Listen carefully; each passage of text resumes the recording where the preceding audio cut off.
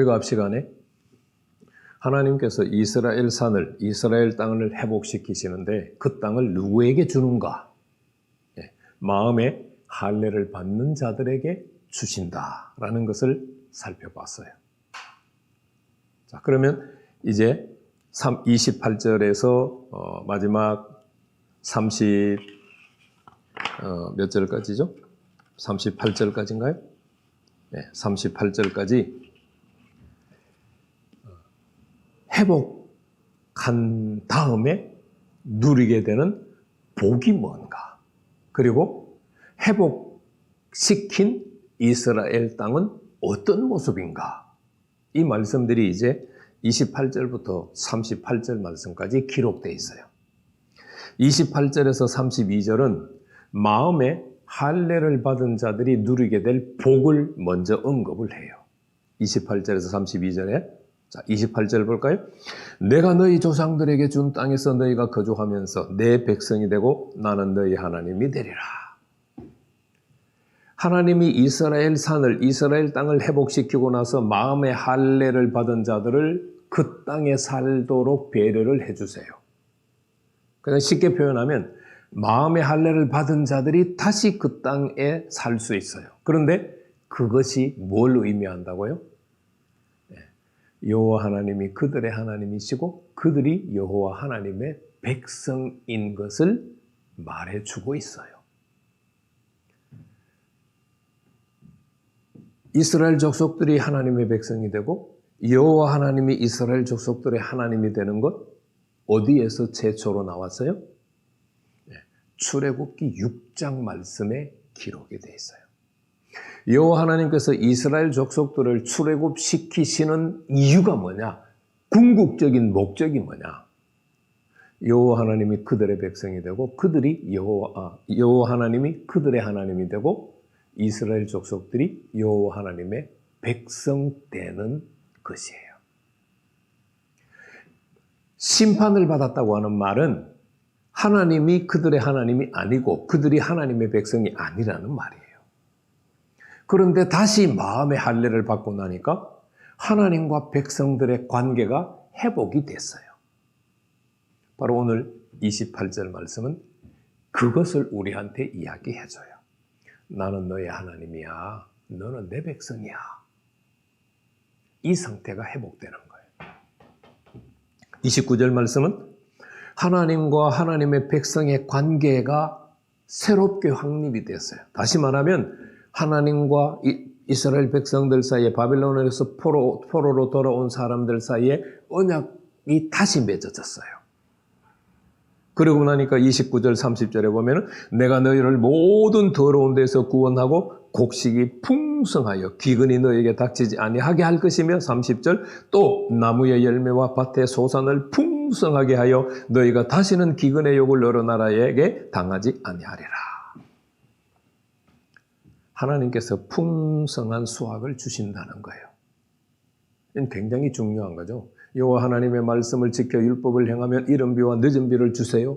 그 이른 비와 늦은 비를 주시면 수확을 잘 할 수 있어요. 풍성하게 할 수 있어요. 그런데 그것이 왜 점점 약해지고 끊어졌어요? 하나님과의 언약 관계를 파기했기 때문에 그것이 끊어졌어요. 그리고 다른 나라를 하나님께서 일으켜서 이스라엘을 정신 차리게 하시다가 보니까 다 그들의 소유를 빼앗긴 거예요. 그런 하나님께서 마음의 할례를 받고 다시 포로에서 돌아온 백성들, 하나님과 언약 관계를 회복해서 하나님이 그들의 하나님이고 그들이 하나님의 백성 되었을 때는 하나님께서 풍성한 수확을 주신다고 약속하는 거예요. 그리고 이방 나라들이 와서 그 풍성한 수확을 빼앗아가지 않도록 하시겠다는 거예요. 그리고 31절 말씀, 그때에 너희가 너희 악한 길과 너희 좋지 못한 행위를 기억하고 너희 모든 죄악과 가증한 일로 말미암아 스스로 믿게 보리라. 자, 지금 이 일이 이루어졌어요? 미래에 일어날 것을 말씀하고 계세요. 예. 미래에 일어날 일을 말씀하고 계세요. 지금은 에스겔서 13번째 단락 중에 12번째 단락이잖아요. 12번째 단락.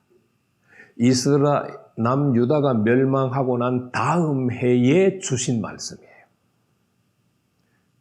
이 주신 말씀으로부터 대략 한 60년 후에 이 일이 일어날 거예요. 60년 후에 이 일이 일어날 때에 마음의 할례를 받는 포로로 잡혀갔던 백성들이 무슨 이야기를 할까? 자신들이 회복되면서 무슨 고백을 할까? 그게 지금 31절 말씀이에요.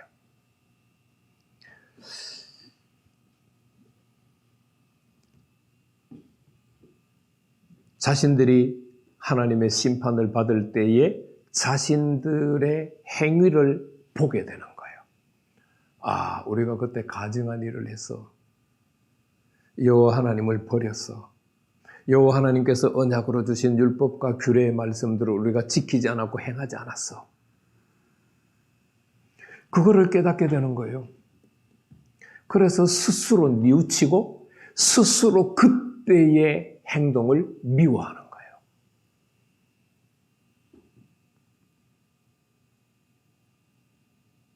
내 자신의 죄악된 행동을 돌이켜보고 그때를 미워할 수 있는 성도라면 최고의 성도가 될 수 있습니다. 하나님은 지금 이스라엘 백성들이 그렇게 될 것을 기대하고 계시는 거예요. 과거 심판받을 때 왜 심판받았는지를 깨닫고 그 심판받게 된 삶을 살았던 것을 미워하는 백성들이 되기를 바라는 거예요. 그러면서 32절 말씀에 주 여호와의 말씀이 이러하니라. 내가 이렇게 행하면 너희를 위함이 아닌 줄을 너희가 알리라. 이스라엘 족속아 너희 행위로 말미암아 부끄러워하고 한탄할지어다. 이거는 앞에 16절에서 23절에서 이미 하나님이 하신 말씀이에요. 내가 이스라엘 산을 회복하는데 너희 때문이 아니야. 내 거룩한 이름 때문이야. 그래서 지금 여기서도 여호와 하나님께서 70년 후에 바벨론 포로에서 돌아오게 하는데 그들이 자신의 행위, 70년 전에 자신의 행위를 보고 잘못된 것을 깨닫고 그 행위를 미워하게 하는데 그렇게 하는 것이 뭐예요? 자신들을 위한 것이 아니에요. 누구를 위한 것이에요? 여호와 하나님의 거룩한 이름을 위한 것이에요. 동시에 여호와의 거룩한 이름만 위한 것이 아니고 36절 말씀 먼저 보겠습니다. 너희 사방에 남은 이방 사람이 나 여호와가 무너진 곳을 건축하며 항폐한 자리에 심은 줄을 알리라. 나 여호와가 말하였으니 이루리라. 여호와의 이름을 더럽혔던 사람들이 누굽니까? 행동은 이스라엘 족속과 유다 족속들이 했어요. 쟤들 여호와의 백성이래. 그런데 여호와께서 그들의 땅에서 저들을 버려서 쫓아냈어. 그러니까 여호와 하나님의 이름이 점점 이방 족속들에게 더럽힘을 당했어요. 그런데 그들이 70년 전의 생활을 깨닫고 마음의 할례를 받고 바벨론 포로에서 돌아와서 가나안 땅에 가게 돼요. 그렇게 되면은 무슨 역사가 일어나요? 여호와의 이름을 더럽혔던 이방 나라 족속들이 진짜 여호와시네?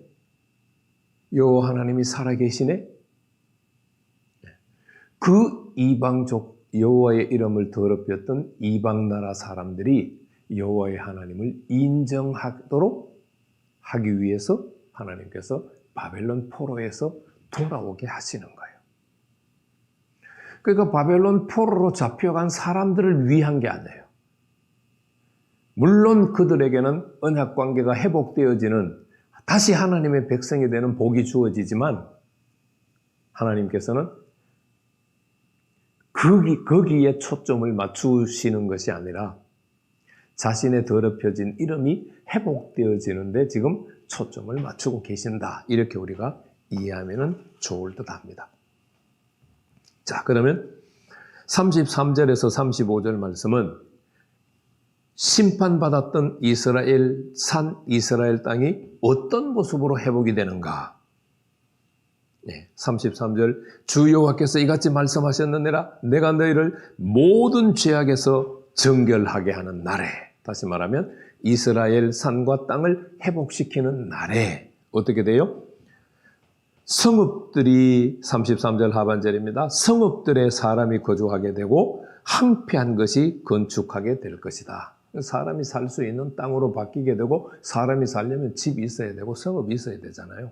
건축한다는 얘기예요. 34절에 전에는 지나가는 자의 눈에 황폐하게 보였던 그 땅이 장차 경작이 된다.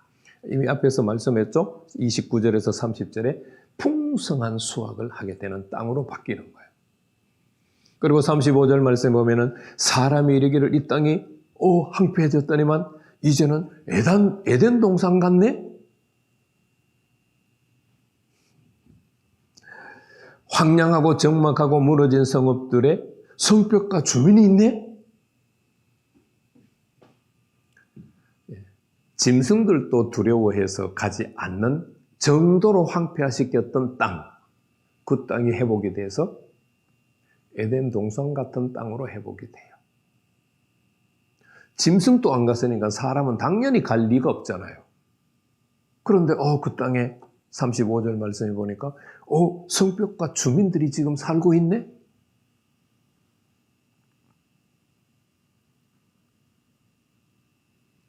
하나님은 어떻게 보면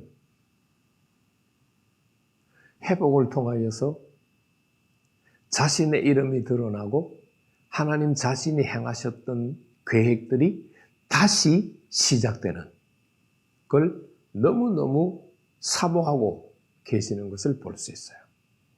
이스라엘 백성들을 출애굽시키고 가나안 땅에 살 수 있도록 배려하면서 그들에게 하신 말씀이 뭐예요?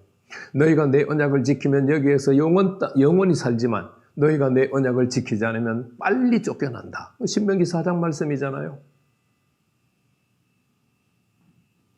에덴 동산같이 회복되어지고 저기에 성벽이 세워졌네, 집이 세워졌네, 사람이 살고 있네. 이건 무슨 얘기예요? 다시 하나님과 이스라엘 백성들의 언약 관계가 회복이 되어졌다는 거예요. 여호와 하나님이 그들의 하나님이고 그들이 여호와 하나님의 백성이라는 것을 만 백성들이 알게 되는 거예요. 자, 그리고 마지막 37절에서 38절 말씀을 보면 아직 이 일은 이루어지지 않은 일이에요.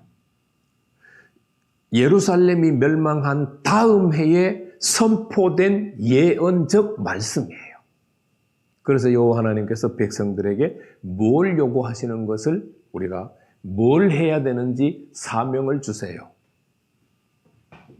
37절 38절 주 여호와께서 이같이 말씀하셨느니라 그래도 이스라엘 족속아 이같이 자기들에게 이루어 주기를 내게 강구하여야 할지라. 그래야만, 우리 히브리어 성경에서는 그래야만이 있는데 우리 한글 개역 개정역에서는 뺐어요. 그래야만 내가 그들의 수요를 양떼같이 많아지게 하되 38절 제사 드릴 양떼 곧 예루살렘이 정한 절기의 양무리같이 황폐한 성읍을 사람의 때로 채우리라. 그리한즉 그들이 나를 여호와인 줄을 알리라. 하나님께서 내가 이렇게 마음의 할례를 받는 자들에게 가나안 땅을 다시 소유할 수 있도록 줄 거야. 포로로 잡혀있던 백성들이 돌아오게 되면 이방 사람들이 더럽혔던 여호와의 이름을 여호와께서 저 일을 하셨네 하고 다시 여호와를 인정하는 이방 나라들로 바뀔 거야. 그리고 그 회복되는 땅은 에덴 동산 같은 땅이 될 거야. 거기에 장막이 지어지고 성벽이 세워지고 풍성한 수확이 일어날 거야. 지금 이 말씀이 언제 주어졌다고요? 예루살렘 멸망하고 난 다음 해에 주어진 말씀이에요. 지금 포로로 잡혀온 자들은 엄청나게 지금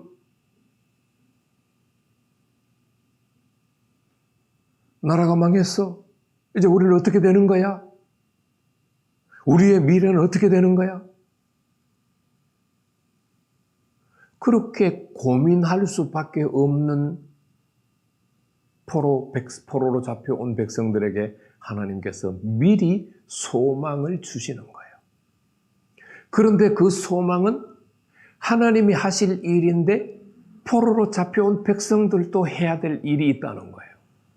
그게 뭐라고요? 그래도 이스라엘 족속이 이같이 자기들에게 이루어지기를 내게 구하여야 할지니라.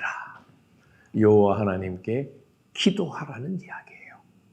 하나님, 저희들의 마음의 할례를 주시고 저희 영을 새롭게 해주시고 하나님의 영을 우리에게 주신다고 말씀하셨죠.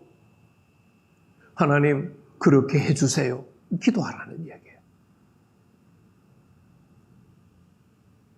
하나님께서 이스라엘 심판하셨던 이스라엘 산과 땅을 에덴 동산같이 회복시키신다고 약속하셨죠?